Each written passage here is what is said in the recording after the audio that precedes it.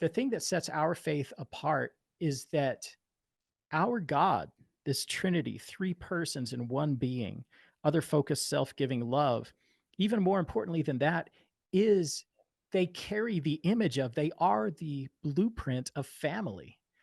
And so this is the only faith, the only God where you are given the blueprint for father, mother, son. Oh, and the father gave his son so that he might win the daughter he always wanted. We who are the bride of Christ. And so us in our inclusion with the relationship of the Trinity, unity with distinction. We are not the Trinity, but we are one with the Trinity and inseparably so. We complete the full picture of family. And so it's so important to me. Man, I've got so many friends, especially for my work in the UN and in government, that are Muslim, that are Hindu, that are atheists.